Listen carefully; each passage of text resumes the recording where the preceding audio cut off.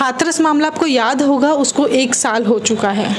14 सितंबर के दिन जो है उस बच्ची के साथ गैंग रेप होता है, और गैंग रेप के बाद जो बच्ची के उसके साथ तो गैंग रेप होता ही है, उस महिला के साथ तो गैंग रेप होता ही है, लेकिन उस गैंग रेप के बाद जो परिवार के साथ शासन और प्रशासन जो उत्पीड़न करता है, उनका शोषण करता है, वो पूरे देश भर में ही नहीं बल्कि अंतर्राष्ट्रीय मुद्दा बन गया। देखो अब 1 साल हो गया है कि कैसे जो है रेप हुआ, जो एक दलित महिला थी, दलित महिला के साथ रेप होता है, जो सवर्ण थे उन्होंने रेप किया, उसी गांव के लोगों ने रेप किया, और उनको बचाने के लिए कैसे जो है शासन प्रशासन जुट जाता है, मर जाती है। 29 सितंबर को जो है वो महिला मर जाती है दिल्ली के सफदरजंग हॉस्पिटल में। लेकिन जब उसकी मौत होती है, वो मौत तो एक मौत थी, लेकिन जो उसके बाद की जो कहानी है आप लोगों ने देखी होगी, अगर आपको याद होगा हाथरस मामला, कि कैसे परिवार को जो है जब उसको हॉस्पिटल से उसके गांव लेकर जाया जाता है, हाथरस लेकर जाया जाता है, तो कैसे परिवार को उसकी बॉडी भी नहीं दी जाती, परिवार को कैसे ताले में अंदर बंद कर दिया जाता है, और बॉडी प्रशासन किसी रद्दी के साथ जला देता है, कागज, टायर, जो उनको मिलता है, पेट्रोल, उनके साथ बॉडी को जला दिया जाता है, परिवार को शक्ल तक नहीं दिखाई जाती।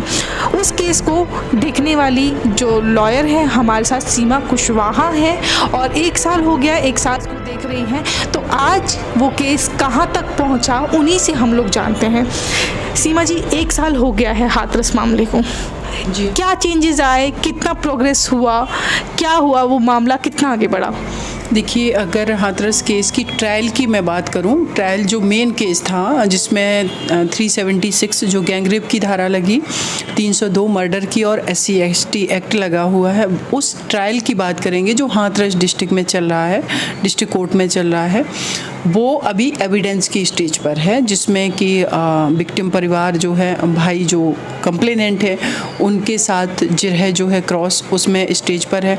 कई एक लोगों के करीब वहाँ पर 15 जो PAW हैं उनके स्टेटमेंट हो चुके हैं, जिसमें मजिस्ट्रेट है, तहसील मजिस्ट्रेट हैं, हेड कांस्टेबल हैं, डॉक्टर्स हैं, मीडिया के पर्सन्स हैं, उन लोगों के स्टेटमेंट हो गए हैं। वो ये इस केस पे, ये वाला केस इस स्टेज पर है।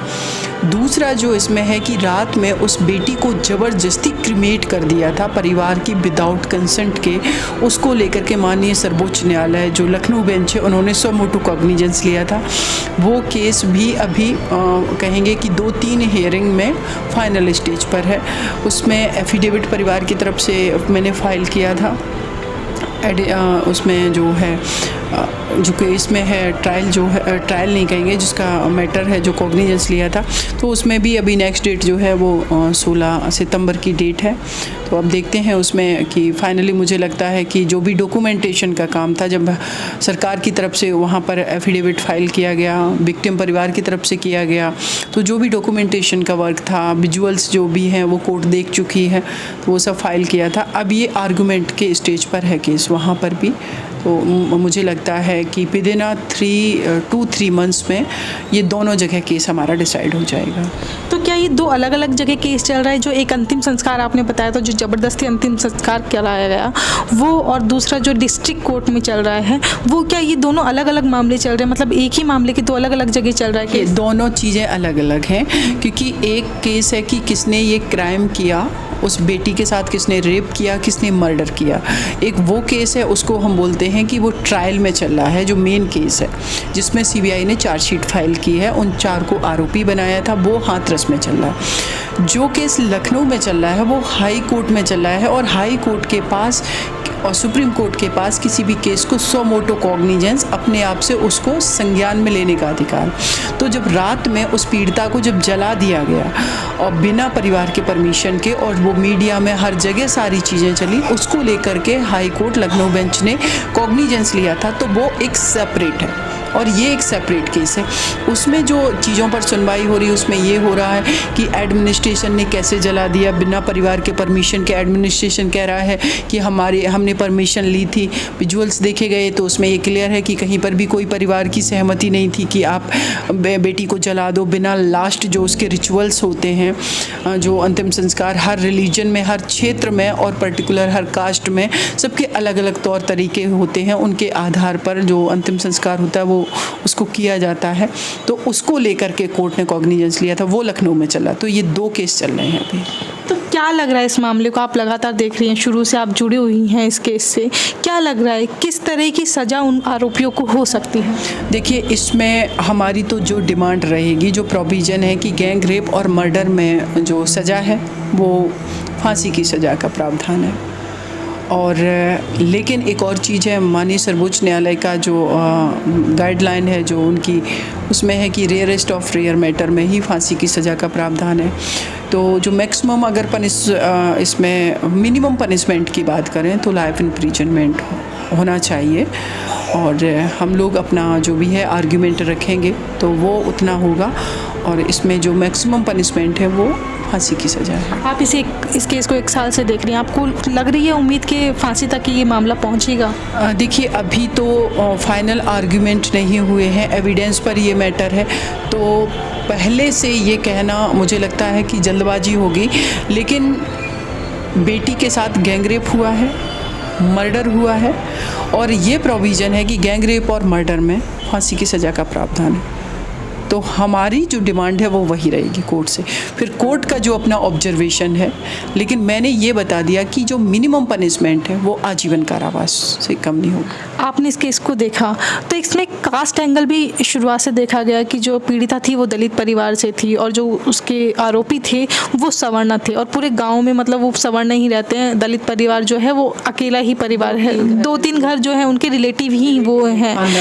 तो क्या लग रहा है कि पूरा कास्ट का एंगल है? क्योंकि हमेशा कहा जाता है कि बेटी बेटी होती है, उसमें उसकी तो कोई कास्ट नहीं होती, तो क्यों इसको कास्ट का एंगल बनाया जा रहा है? क्या इसमें कास्ट सच में मैटर करती है?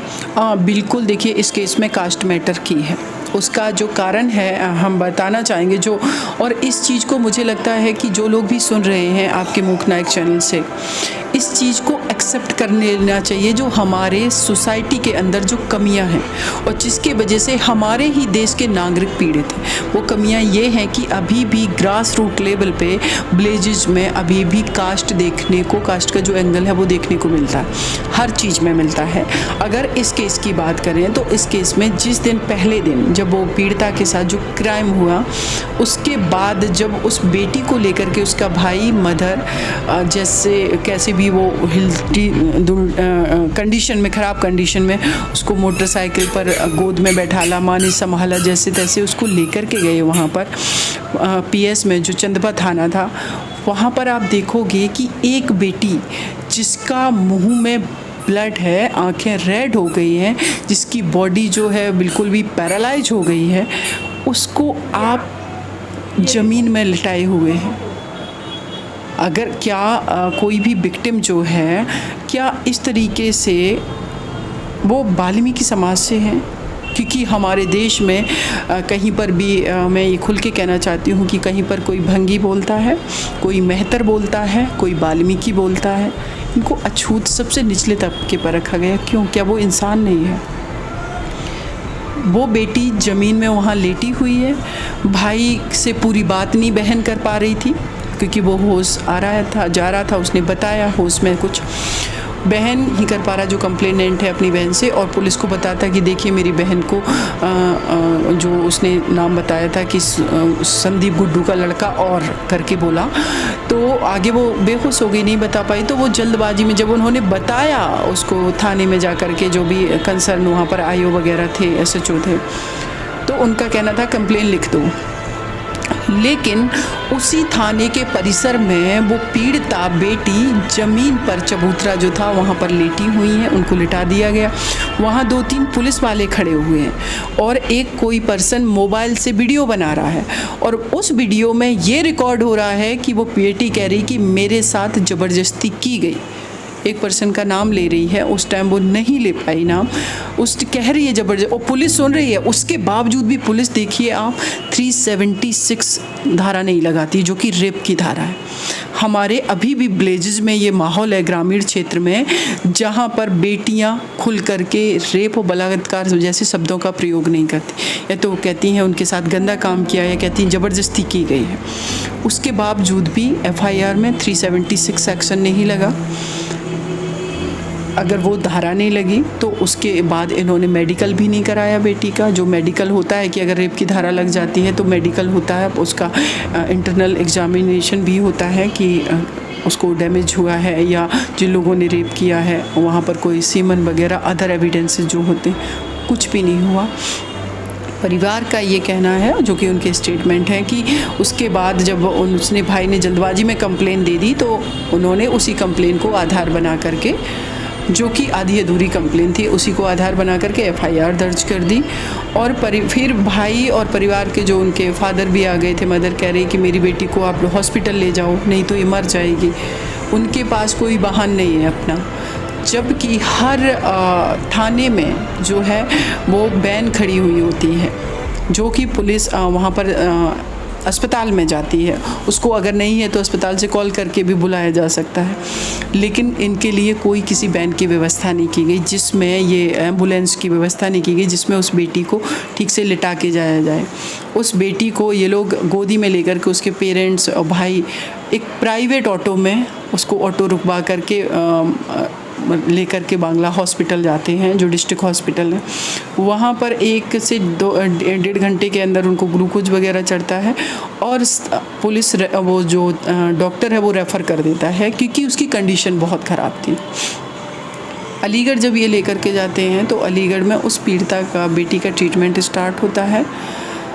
15 तारीख को उस पीड़िता को होश आता है, रात के समय जो भी है, तो 15 की रात और सुबह के टाइम वो बताती है कि उसके साथ क्या हुआ, सारी चीज़।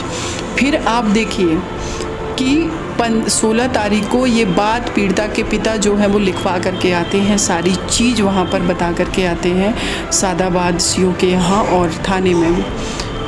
19 तारीख तक कोई भी व्यक्ति नहीं आता है, ना उसका मेडिकल करवाया जाता है, ना उससे बात की जाती है, ना उसके स्टेटमेंट। 19 तारीख को कोई हेड कांस्टेबल स्टेटमेंट ली। उसके बाद जब ये मैटर थोड़ा सा हाईलाइट होता है तो फिर जो सीओ है वहाँ पर राम शब्द, उनको सस्पेंड किया जाता है। और उसके बाद 22 तारीख से वहाँ पर जो है ब्रह्म सिंह सीओ आते हैं, वो 22 तारीख को 376 जो कि गैंग रेप की धारा है उसको लगाया जाता है और अन्य धाराएं भी लगाई जाती है। और सोचिए 307 धारा पहले दिन लग गई थी 14 सितंबर को जब एफआईआर हुई थी। SC/ST एक्ट भी लगा था। तो पहले दिन उस थाने के अंदर जो बेटी नाम ले रही थी संदीप का, उसकी अरेस्टिंग भी 20 तारीख को हुई थी। ये सारी चीज़ें क्या दर्शा रही है, क्यों नहीं काम कर रही है पुलिस। और दूसरा चीज़ आप देखेंगे इसमें, आज तक चैनल ने एक स्टिंग ऑपरेशन किया है, तो वो थाने में जो वर्मा थे, ASI वर्मा, उसका जो इंटरव्यू है स्टिंग ऑपरेशन, उसमें वो ये कह रहा है कि अगर एक्यूज्ड के तरफ से 2 व्यक्ति आकर के ये बोल देते कि ये इन्हीं लोगों ने मारा है, तो हम पीड़िता के खिलाफ ही मुकदमा लिखते थे, उसके परिवार के खिलाफ। मतलब केस कुछ भी हो, पलटने की कोशिश की जाती, केस कुछ भी हो, बेटी मर गई, उसकी डेथ हो गई, इस दुनिया से चली गई, उसके साथ गैंग रेप हुआ, उसकी इतनी बुरी कंडीशन कर दी इन लोगों ने, उसकी टूटती हुई सांसों को हम सब ने देखा है ना मीडिया में। और ये कह रहे हैं कि कोई भी आ जाता तो इनको, मतलब पुलिस ये कर क्या रहे थे वहाँ पर। और यही सवाल माननीय इलाहाबाद लखनऊ बेंच ने ADG उत्तर प्रदेश को की थी कि अगर इस दलित परिवार, इस गरीब परिवार की जगह आपकी बेटी होती और उसके साथ ये होता, तब आप क्या करते बताओ। इसमें हम लोगों ने देखा था कि जब मीडिया वहाँ पर पहुँची थी, मेन स्ट्रीम मीडिया, तो उसमें ऑनर किलिंग का मामला भी जोड़ दिया गया था, क्योंकि उसके भाई का नाम और जो आरोपी का नाम था वो एकदम सेम था। तो उसमें जोड़ा गया कि भाई के साथ ही इसके उल्टे सीधे संबंध थे, भाई ने सारी चीज़ें की और ऑनर किलिंग परिवार ने ही इसको मारा। इनको 14 सितंबर 2020 में उस बेटी के साथ ये क्राइम होता है। 5-6 अक्टूबर के बाद याद आता है कि ये ऑनर किलिंग है। उसके पहले आप पूरा मीडिया का हर चीज़, इन लोगों के स्टेटमेंट उठा के देखिए, ये नैरेटिव करने की तैयारी थी। पता है क्यों? क्योंकि बाई चांस जो मेन एक्यूज है इसमें, प्राइम एक्यूज है संदीप, जो कि गुड्डू का लड़का है, वो और पीड़िता का जो छोटा वाला भाई है संदीप, उसके दोनों के एक ही नाम है। लेकिन मैंने जब पता किया, परिवार से मिली, उन्होंने मुझे बताया, मैंने उसको संदीप को पूछा कि आप उस टाइम कहाँ थे। उसने कहा मैम मैं उस टाइम जब मेरी बहन के साथ ये सब हुआ गांव में, मैं उस टाइम गाज़ियाबाद में वसुंधरा जो जगह है वहाँ पर वो लोग लाल पैथ लैब में वो काम करता है। मैंने तुरंत वहाँ पर अपने कलीग को भेजा। मेरे पास वो सारी रिकॉर्डिंग्स हैं, जो वहाँ पर सिक्योरिटी गार्ड था, सीसीटीवी कैमराज की फुटेज है कि वो वहाँ पर मौजूद था। लेकिन सिर्फ नाम होने के इन लोगों ने उसको फॉल्सली इम्प्लीकेट परिवार को करने की कोशिश की। वो इसलिए और की क्योंकि कुछ इन्वेस्टिगेशन में ये चीज़ निकल करके आई कि उस परिवार का जो पीड़ित परिवार है उसके घर में एक फ़ोन नंबर था, एक फ़ोन था, उस पर जो लड़का जो मेन एक्यूज था उसके फ़ोन से बातचीत हुई है। तो पहली बात, किसी परिवार में एक कॉन्टैक्ट नंबर है, उस पर अगर कोई फ़ोन कर रहा है तो ये कैसे क्लियर हुआ कि वो बेटी से ही बात हुई। पहली चीज़, अगर वो बेटी से भी बात हुई है तो इन्होंने एंगल बनाने की कोशिश की, एक्यूज्ड के साइड से एक नैरेटिव गढ़ा गया कि इसको ये बना दो कि वो बेटी का भाई, उसका नाम संदीप, इसका नाम, तो बेटी अपने भाई का नाम ले रही थी पीड़िता, और चूंकि उससे फ़ोन पर बातचीत थी तो इसलिए परिवार ने इनको ऐसे कर दिया। लेकिन उस स्टेटमेंट की कोई बात नहीं कर रहा है जो पीड़िता ने स्वयं दिया है, जो इनका डाइंग डिक्लेरेशन है, उस पर कोई बात नहीं कर रहा था। तो वो जब मैंने वहाँ से वीडियो बनवाया, मेरे पास वो है, जिसमें वहाँ पर बताया उन्होंने जो सिक्योरिटी गार्ड थे कि हाँ ये जो और सीसीटीवी फुटेज भी है वो, उसमें तो कोई भी डिनाई नहीं कर सकता है उसमें कि वहाँ पर वो मौजूद था। और वो लड़का जो संदीप है वो अलीगढ़ में करीब 3-4 बजे के करीब जो भी टाइम है वहाँ, तब वो डायरेक्ट पहुँचा जब गाँव के किसी पर्सन ने बताया कि संदीप तेरे बहन को मार दिया इन लोगों ने, ऐसे करके बोला। तो ये पूरी चीज़ थी। तो ये जब सारी चीज़ें हुई थी, इसमें जब मीडिया पहुंचा, सारे लोग पहुंचे थे, तो एक सीआरपीएफ की हम लोगों ने देखा कि मौजूदगी वो अभी तक बनी हुई है, जो इस तरह की सिक्योरिटी वहाँ पे दी गई है। तो वो सिक्योरिटी क्या दिखाता है, क्यों जो है पीड़ित परिवार इतने डर में जी रहा है, क्यों पीड़ित परिवार से किसी को भी मिलने नहीं दिया जा रहा था। शुरुआत में तो जो भी लोग पहुँच रहे थे उन पर लाठीचार्ज तक हुआ है, तो क्यों इस तरह की चीज़ें वहाँ पर हो रही हैं?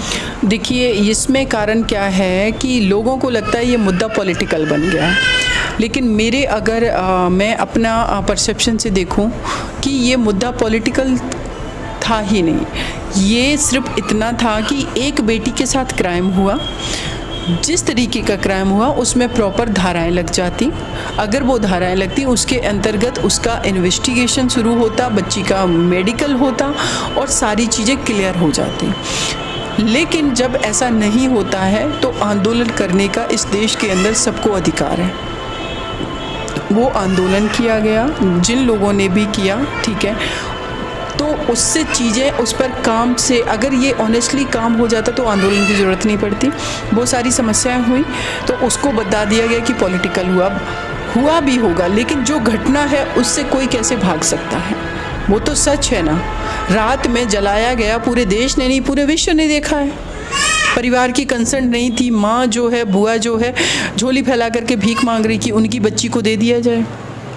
आप कह रहे हो कंसेंट थी तो उस बेटी को दफनाया जाता। परिवार का जैसा कहना है कि उनके लास्ट रिचुअल्स हैं वो ये हैं कि जो भी अबबायता बेटा या बेटी होती है, अगर उनकी डेथ हो जाती तो उनको जलाया नहीं, दफनाया जाता है। आपने क्यों जला दिया? कैसी कंसेंट थी? पूरा सारा वीडियो, सारी चीज़ें देख चुके हैं, उसमें कहीं पर भी ये नहीं है कि परिवार ने कभी कहा हो। परिवार दहशत में था वहाँ पर। मेरी जब बात हुई है और माननीय सर्वोच्च न्यायालय के सामने जब विजुअल्स देखे जा रहे थे तो परिवार ये बता रहा था कि उसमें एक जगह दिखाया गया कि सारे लोगों ने अपने आप को घरों में अंदर बंद कर लिया, गेट लगा लिया, जाली लगा ली, क्योंकि वहाँ पर ये किसी ने कह दिया कि गोली चलेगी। यहाँ पर एक परिवार में एक बेटी के साथ गैंगरेप होता है, मर्डर होता है, उसकी डेड बॉडी पोस्टमार्टम के बाद उस परिवार को नहीं दिखाई जाती है और उसको डेथ सर्टिफिकेट नहीं परिवार को दिया जाता। ज़बरदस्ती बॉडी को रात में 2:30 बजे क्रिमेट कर दिया जाता। वो भी कौन क्रिमेट कर रहा है? गाड़ी ड्राइवर जो उस डेड बॉडी को लेकर के आया। जबकि रूल ऑफ लॉ क्या कहता है, जो भी लॉ कानून है, कि जो भी डिसीज पर्सन होगा वो जिस गाड़ी में होगा पोस्टमार्टम के बाद, उस गाड़ी में एक परिवार का सदस्य होगा। एक परिवार का सदस्य नहीं था। वहाँ ड्राइवर उठा करके ले जा रहे हैं, क्रिमेशन वाले पॉइंट पर वहाँ पर रख रहे हैं, जैसे कि आपने कहा, उसमें टायर डाले जा रहे हैं, उसमें केरोसिन डाला जा रहा है। वो कैन जो है वो कोर्ट में एग्जिबिट हुई है, वो कैन से केरोसिन डाला जा रहा है, कोई भी आग लगा दे रहा है, क्यों? मुझे लगता है कि ये सब क्यों किया जा रहा है। मुझे तो दो एंगल समझ में आए, एक आया क्लास का, दूसरा आया कास्ट का। इसके अलावा मुझे और कुछ इस केस में क्लास तो लोग मानने को तैयार है कि गरीब अमीर होता है, इकोनॉमिक जो फ़र्क होता है वो होता है, लेकिन कास्ट एंगल को कोई क्यों नहीं लाता? कास्ट का फ़र्क कोई क्यों नहीं समझ पाता? होता है, इसमें हम डिनाई नहीं कर सकते हैं। क्या ये सच नहीं है कि उसको उसका स्टेटमेंट पढ़ी है, उस विक्टिम का पढ़ी है, उसका ब्रदर का, कंप्लेनेंट का। अगर कास्ट एंगल नहीं है तो उस परिवार के साथ कोई एसोसिएट क्यों नहीं था?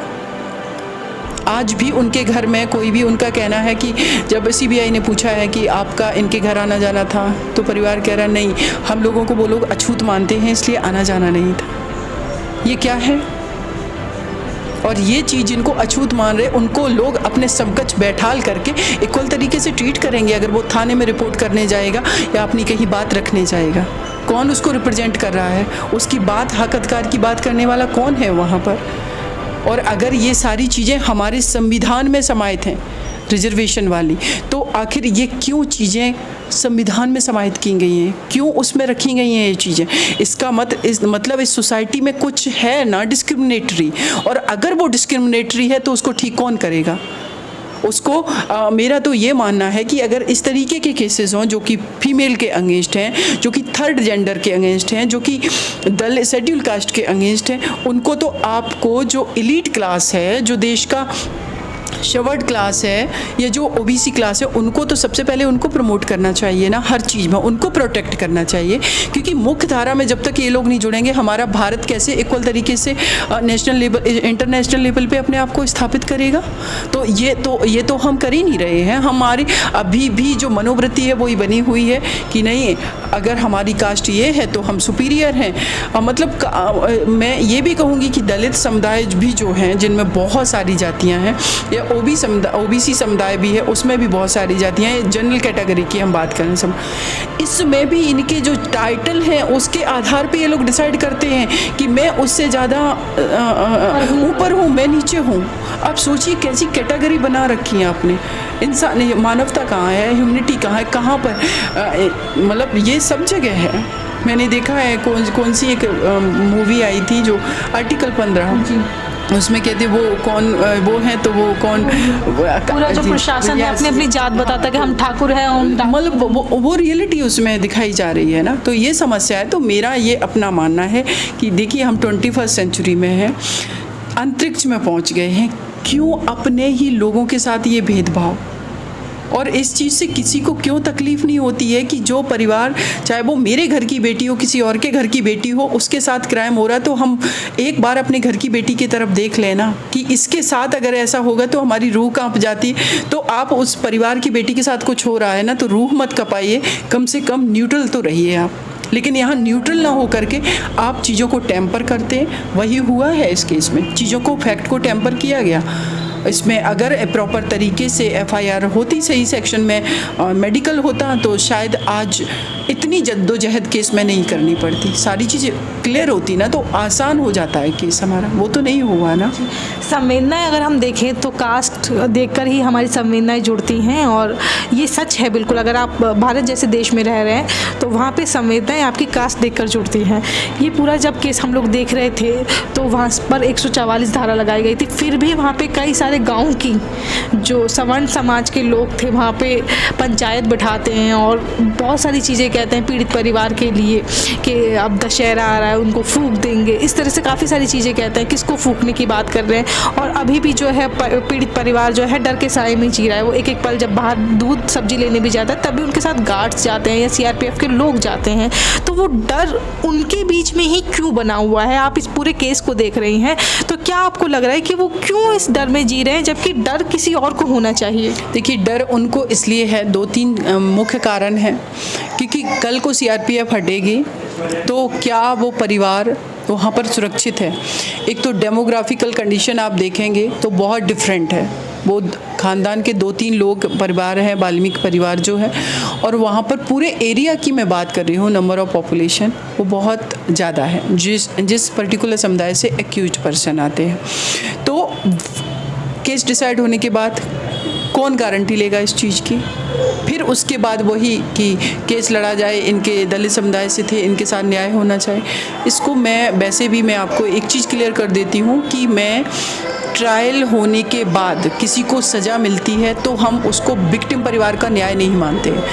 उसको मैं इस तरीके से इंटरप्रिटेशन कि जिन लोगों ने जो क्राइम किया उसकी उनको सज़ा मिली। विक्टिम को न्याय तो तब मिलता जब वो जीवित रहती। ऐसे तो आप देश की बेटियां मर ही रही हैं, उनको कहाँ आप जस्टिस का मतलब है आर्टिकल 21, उसको जीवन जीने का अधिकार है, उसके साथ ये जस्टिस होना चाहिए। अपराधियों को सज़ा दिला करके आप कह रहे हैं कि देखिए हमने सज़ा दिला दी। सज़ा दिला करके कौन सा बड़ा काम हो गया? प्रोटेक्ट कितनी बेटियों को कर लिया। सीमा जी, अगर हम इसमें कास्ट ना लेकर आएँ और सारी चीज़ें मतलब एक कानून के तहत होती कि किसी के साथ अपराध हुआ है, किसी के साथ रेप हुआ है, उसके बाद सारी चीज़ें सॉल्व आसानी से होती, तो क्या क्या चीज़ें होती और किस तरह की सज़ा कब तक मिल जाती? देखिए, अगर इस पर हम बात करें तो मुझे लगता है एक चीज़ जो है इम्पॉर्टेंट कि अगर दलित समुदाय का ना हो करके मैटर, ये अगर उस पर्टिकुलर समुदाय के लोग होते जो एक्यूज हैं, हाँ, उल्टा कर दें, तो वो एक तो उनके अंदर डर नहीं होता क्योंकि सोसाइटी का जो स्ट्रक्चर ऐसा है कि वो अपनी बात कॉन्फिडेंस से रख लेते। परिवार तो यहाँ पर डर डर के अपनी बात रख रहा है और ये सोसाइटी में हम लोगों ने ही ये माहौल पैदा किया हो, चाहे वो एक्यूज परिवार के समुदाय के लोग हों और चाहे वो किसी और समुदाय के लोग हों। जाते हमारी बहन के साथ ये हुआ, ये FIR लिखो, आपने क्यों नहीं कराया, थाने पर भी बवाल करेंगे, सारी चीज़ होगी, ठीक है। वो ऐसा इस केस में नहीं हुआ क्योंकि इतना रियलाइज़ करवा दिया गया है कि आप अछूत हैं कि वो इंसान अपने आप को मतलब उस धारा में अगर कोई जोड़ना भी चाहे तो उसको डर लगता है एक बार कि हम नहीं जुड़ेंगे। और ये सच है। उस परिवार को मैं जानती हूँ कि अभी CRPF सिक्योरिटी में होने के बावजूद भी उनकी हालत ख़राब होती। कहती मैम जब हम निकलते हैं तो गांव के लोग ही हंसते हैं, कहते हमारे घर के तो लड़के छूट करके आ जाएंगे और देखते तू क्या कर लेगा, इस तरीके का पूरा माहौल रहता है। क्या आपको लग रहा है, मान लीजिए अगर ये सरकार वापस आई और ये सिक्योरिटी जब हट गई तो क्या होगा इस परिवार? देखिए, मेरा जो अपना मानना है कि एक्चुअल में अगर इक्वलिटी की बात हो रही है तो सरकार किसी की भी आए, चाहे BJP की, सपा, किसी की भी सरकार है, बसपा की, जस्टिस दिखना चाहिए। वो ऐसे SC ST एक्ट में ये प्रावधान है कि अगर किसी परिवार के साथ इस तरीके की घटनाएं हो रही हैं तो जो प्रोविज़न है उसमें ये है कि उनको एकोमोडेशन की व्यवस्था करवाई जाएगी, रहने की। कोई और उनको घर दिया जा सकता है या उनके परिवार के एक सदस्य को नौकरी की व्यवस्था कराई जा सकती है या जो आश्रित लोग हैं उनको पैसे वगैरह भी सपोर्ट किया है। तो इसमें insurance chief minister Uttar Pradesh के उन्होंने किया था परिवार को, जो कि अभी तक नहीं दिया गया। नौकरी की भी बात की गई थी कि इसको फास्ट ट्रैक करने की बात की गई थी और साथ ही साथ इसमें परिवार को एकोमोडेशन जो कि हाथरस शहर में देने की बात की गई थी। इसमें से एक भी चीज़ अभी तक नहीं की गई कि जिससे अगर कल को CRPF हटती है तो वो परिवार अपने गांव में उस दूसरे एरिया में अपने आप को सेफ सिक्योर फील कर सके। तो ये आई थिंक करना चाहिए था। अगर इससे पहले हम लोगों ने मामले देखे थे, निर्भया वाला केस हम लोगों ने देखा। निर्भया वाले केस में रहने के लिए घर भी उनको मिला, उनके भाई को नौकरी भी अच्छी मिली, अभी हाल ही में जो है पायलट की नौकरी मिली और जो है जो मुआवजा था वो भी अच्छा खासा मिला। इस केस में इतनी लेट क्यों हो पा रहा है ये? देखिए, इसको मुझे लगता है कि निर्भया वाले केस में एक चीज़ थी कि पूरा जो देश था वो यूनाइट था। दिल्ली में एक बेटी के साथ गैंगरेप हुआ, इतना बुरी तरीके से उनके साथ बर्बर तरीके से बर्बरता किए गए, किसी को नहीं पता था कौन बेटी किस समुदाय की है, क्या है, कुछ भी नहीं, सब एकजुट होकर के मांग कर रहे थे और पुलिस ने वहाँ पर प्रॉपर तरीके से काम किया।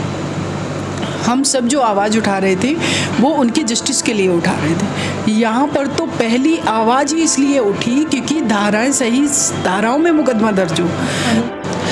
इस केस में जब हम लोगों ने देखा, शुरू में ये केस किसी को पता ही नहीं था कि यहाँ पे हुआ, और ऐसे कई सारे हमारे देश में केस हैं कि पता ही नहीं चलता, क्योंकि डेली जो है लगभग 90 केस होते हैं, 90 रेप केस होते हैं जो डेटा बताता है, हमारा NCRB का डेटा बताता है, लेकिन हमें पता ही नहीं चलता। इस केस में भी ऐसा हुआ। जब मैंने जो है पिताजी का इंटरव्यू किया तो उन्होंने भी कहा कि सिर्फ हमारे समाज के लोगों ने ही हमारा साथ दिया, और वहाँ के लोग जो हैं अभी भी, जो मैं हाल ही में इंटरव्यू करके आई तो वहाँ के उनकी माता जी ने बताया, पीड़िता की माँ ने बताया कि हमसे गांव के लोग जो इस घटना से पहले बहुत खुल मिल के बात करते थे, हर त्योहार पे मेल जोल था, वो इस घटना के बाद यहाँ तक कि कोई बच्चा तक हमारा हालचाल पूछने नहीं आया।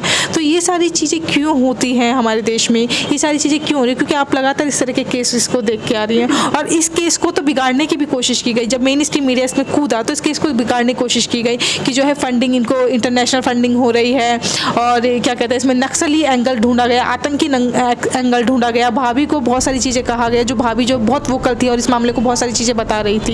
ये चीज़ें आपने बिल्कुल करीब से देखे, क्या लगता है आपको क्यों हमारे देश में इस तरह के केसेस को बिगाड़ने की कोशिश की? देखिए, NCRB का जो डेटा है उसमें जितने भी केस पर डे रजिस्टर्ड हो रहे हैं उसके जस्ट 50% और उसमें ऐड कर दीजिए, क्योंकि ये रजिस्टर्ड केस हैं। जो केस रजिस्टर्ड नहीं हो रहे हैं, जो लोग सोसाइटी के वजह से छुपा रहे हैं चीज़ों को, उनको कैसे नहीं काउंट किया जाएगा? क्योंकि लोग डर के वजह से छुपा रहे हैं केसेस को। लोगों को लगता है कि अगर ये क्राइम हुआ है, मेरी बेटी के साथ रेप हुआ है, तो कल इससे कौन शादी करेगा? ये एक बहुत बड़ा इशू है। दूसरी, इस तरीके के केसेस जो बिगाड़ने की कोशिश मैं समझ पा रही हूँ कि जब भी क्राइम होता है तो जो भी गवर्नमेंट है या जो वहाँ की लोकल पुलिस है, वो जब सही से इन्वेस्टिगेट नहीं करती है, प्रॉपर तरीके से काम नहीं करती है, और जब वो चीज़ें हाईलाइट हो जाती हैं तो वो केस को बिगाड़ने की या दूसरा एंगल देने की कोशिश करती है, अपने आप को प्रोटेक्ट करने की कोशिश करती है।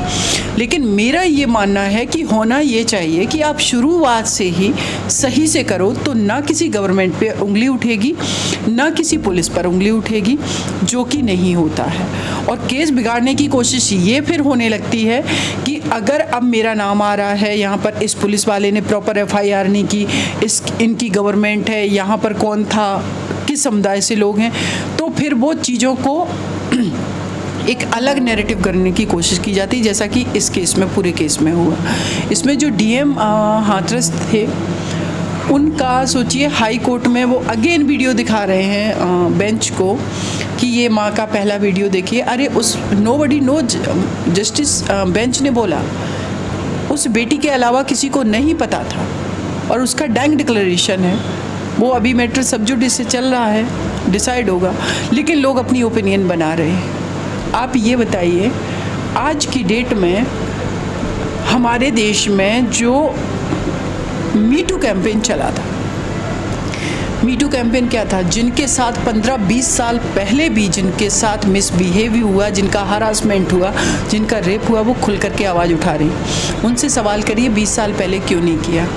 एक ही आंसर मिलेगा, समाज का स्ट्रक्चर, जॉब की इनसिक्योरिटी, परिवार के द्वारा त्याग दिया जाना, परिवार का सपोर्ट नहीं मिलना, फिनेंशियली स्ट्रांग नहीं होना, सोसाइटी का स्ट्रक्चर, मेल डोमिनेटिंग सोसाइटी का स्ट्रक्चर, आर्थिक रूप से मजबूत नहीं होना। जब ये सारी चीज़ें एक बेटी के पास नहीं है, उस परिवार के पास नहीं है, तो वो कैसे तुरंत आकर के इन चीज़ों को एक बार में सब बता जाएगी? टाइम लगता है। इसीलिए सुप्रीम कोर्ट की भी गाइडलाइन है कि जो रेप मैटर्स होते हैं, पीड़िता जब बताए, जब बात करे, उसको सिंसियरली दर्ज करना चाहिए, उसकी काउंसलिंग करवानी चाहिए, जिससे वो उस ट्रॉमा से बाहर निकले।